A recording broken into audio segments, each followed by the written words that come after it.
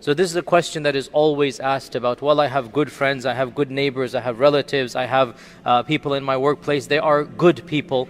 Or maybe I don't know them, but there are a lot of good people in this world. What will happen to them in the akhirah?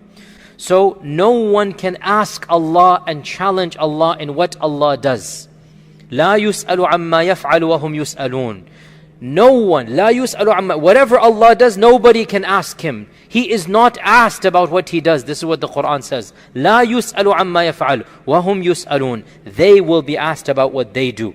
So that is the first point to answer this question, and that is, we are not in a position to challenge Allah subhanahu wa ta'ala. Allah follows His own laws and He has legislated those laws. The second point, when it comes to assigning mercy, assigning adhab, assigning heaven and hell, we have a very, very clear rule. We do not assign individuals to heaven and hell.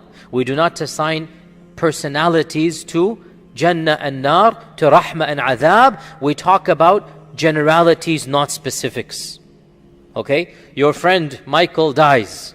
No one has the right to say if Michael died as a Muslim or non-Muslim, he's going to go to heaven, he's going to go to hell. No one. Your friend Mustafa dies. No one can say Mustafa was a pious man, he's going to go to Jannah. Doesn't matter. We are quiet about individuals except if Allah has said, تَبَّتْ يَدَ أَبِي لَهَبٍ وَتَبْ مَا أَغْنَ عَنْهُ مَالُهُ وَمَا كَسَبْ سَيَصْلَى what? نَارًا. We can say Abu Lahab is in Nar because Allah says so. Otherwise, we are quiet about individuals. We never assign any individual to any specific fate, but we speak in generalities. We speak with conditions. Those who believe and do righteous deeds will go to Jannah. This is generalities. Those who reject Allah will go to Jahannam. This is generalities. Mustafa, Michael, who might have done this and that, we are quiet because we do not know what is inside of them. Okay? The third point. It is very, very clear in the Quran and Sunnah that there is one path that leads to Jannah. Inna deena indallahi al-Islam. The religion that is acceptable to Allah is al-Islam. Allah says in the Quran, قُلْ كُونُوا هُودًا أَوْ نَصَارَىٰ قَالَ تَهْتَدُوا بَلْ مِلَّةَ إِبْرَاهِيمَ حَنِيفًا وَقَالُوا كُونُوا هُودًا أَوْ نَصَارَىٰ تَهْتَدُوا. They said, not Allah, they said, be Yahudi, be Nasrani, you shall be guided. Bal, no. Bal here is harfu idrab, you negate what preceded it. No, I will follow the millah of Ibrahim who worshipped Allah alone. Allah subhanahu wa ta'ala says in the Quran, وَمَنْ يَبْتَغِ غَيْرَ الْإِسْلَامِ دِينًا فَلَنْ يُقْبَلَ مِنْهُ وَهُوَ فِي الْآخِرَةِ مِنَ الْخَاسِرِينَ. This is the most explicit verse in the Quran that is imaginable. You cannot even word a verse that is more explicit. It's not even possible in the Arabic language. Whoever chooses any other way of life other than Islam, it shall not be accepted of him, and he shall be in the hereafter amongst the losers. You cannot get more explicit than this. Now, having said this, I then went on and I said, all of this we are talking about the paths that lead to Allah, and we say there is one path that leads to Allah. Only one path. And this does not mean that if somebody says he's on the path, that he is actually on it. I.e., somebody says he's a Muslim, doesn't mean he's going to go to Jannah. Doesn't mean it automatically. Nor does it mean that if somebody is not on the path, that they might not be forgiven as an exceptional scenario and be caused to enter Jannah. The path does not lead to Jannah if it's not Islam. But it is possible that somebody on another path might be forgiven by Allah due to specific circumstances. And we all know exceptions are not made the rule. The rule is very clear. What is the rule? Whoever searches for a religion other than Islam, whoever chooses a religion other than Islam, it shall not be accepted of him, and he shall be from the losers in the hereafter, from the khasirin in the hereafter. So, it is possible that a person is not a Muslim and ends up in Jannah. That is an exception. We never make it the rule. We never say, oh yes, non-Muslims are entering heaven. No! Or else you say something like this, the purpose of Islam becomes meaningless. We said there are exceptions. How do we know there are exceptions? Firstly, Allah says in the Quran, لا يكلف الله نفسا إلا وسعها. And Allah says in the Quran, وَمَا كُنَّا مُعَذِّبِينَ حَتَّى نَبْعَثَ رَسُولًا. We will not punish anyone until the Prophet has been sent. And that's why our Prophet ﷺ said that whoever hears about me and then rejects me. Aha! So the one who doesn't hear about our Prophet ﷺ, or our scholars add to this, the one who doesn't hear correctly, i.e. he had a very negative image of Islam and he didn't know what Islam was, he never read the books of Islam, he never met a Muslim. So this person, what is his fate? Do we automatically say they're going to go to Jannah, which is what some of our previous scholars said? That is also not very logical, because if the one who doesn't know Islam automatically enters Jannah, and you are a Muslim and you meet this person, why should you give him da'wah when automatically he's entering Jannah? Think about it like that. This also doesn't make any sense. Some of our scholars said this, but it makes no sense.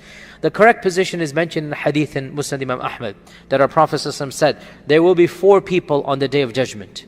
And he mentioned them. The old man who couldn't think straight when Islam came to him, the decrepit old man, number 1. Number 2, the deaf person. Remember, before there was sign language, a person born deaf meant he is not communicating. Nobody can talk to him, doesn't understand anything.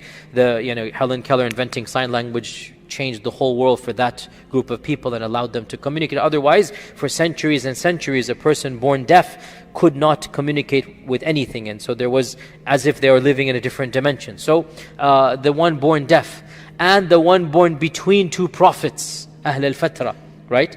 And the one the no prophet was sent to. So the Prophet mentioned categories. They will say to Allah on Judgment Day, oh Allah, it's not our fault.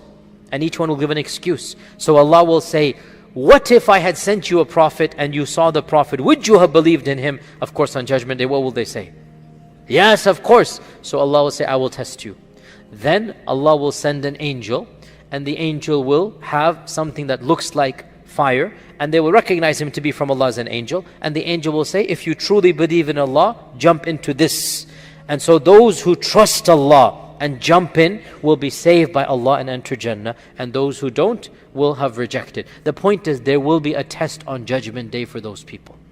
We can make qiyas upon this and say, anyone who did not hear of Islam and lived in times and places where there was no access to Islam, that person will be tested on Judgment Day, no problem. Okay, bottom line, that this question, we understand why it's so relevant. People want to ask it. We understand why people get emotional. But at the same time, from a textual and logical and rational perspective, from a unanimous perspective, every single evidence of the Sharia and our common sense tells you, religions are either right or wrong. There's no middle path. Yes, we live in this world in peace and harmony, no question about it. Yes, we have good adab, no question about it. Yes, we are kind and merciful, no question about it. But on Judgment Day, there is one religion that will be rewarded, and there is one religion that is correct. That you cannot both simultaneously be correct. Either it is okay to worship an idol, or it is not okay. Either you bow down in front of Jesus Christ, or you don't. Either you worship Allah, or you don't. There is no middle ground.